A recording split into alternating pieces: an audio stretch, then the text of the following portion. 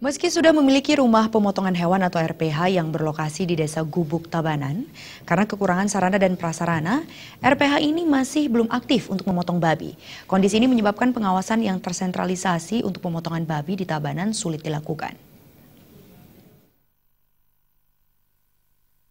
Belum aktifnya rumah pemotongan hewan RPH juga membuat pemantauan kasus penyakit maupun kesehatan hewan potong, dalam hal ini babi, juga menjadi sulit dilakukan.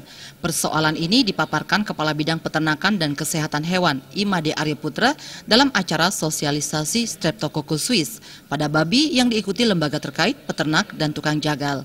Selama ini pemotongan babi dilakukan di tempat pemotongan hewan di setiap kecamatan.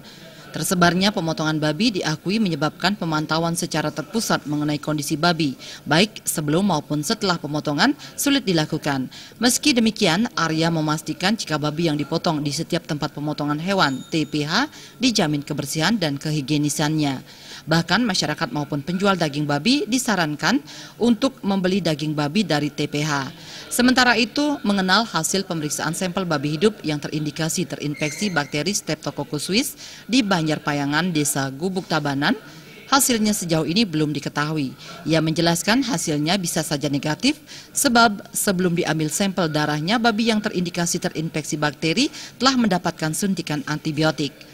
Bakteri-bakteri sangat rentan dengan antibiotik, tetapi tergantung banyak sedikitnya bakteri dalam tubuh babi. Jika konsentrasi bakteri banyak, meski sudah terpapar antibiotik, bakteri kemungkinan masih ditemukan dalam sampel.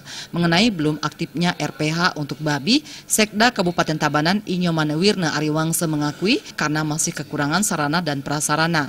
Selain itu, dalam mengaktifkan RPH, ada persyaratan mengenai banyaknya hewan dan besaran berat daging yang dipotong di RPH. Jumlahnya cukup besar dan harus dipenuhi sebagai persyaratan. Oleh karena itu, kajian ulang perlu dilakukan. Dalam acara sosialisasi ini, Wirna berharap peternak maupun tukang jagal yang diundang, serta UPTD kecamatan yang ikut memberikan masukan, menyebarkannya kepada masyarakat di sekitarnya. Menurutnya, peternak harus menerapkan sistem pemeliharaan yang bersih dan bersanitasi baik. Jika kondisi ternaknya tidak sehat, jangan dipotong atau dijual, tetapi laporkan ke UPTD peternakan terdekat. Ini kan RPH itu untuk bisa difungsikan secara optimal kan butuh daging cukup banyak katanya. Kalau tidak salah sampai ribuan ya. Jadi yang harus tersentralisasi. Jadi betul-betul harus dikaji kelayakan daripada RPH itu dengan babi yang kotor. Ya sementara ini karena pemotongan babi kan tersebar di masing-masing kecamatan.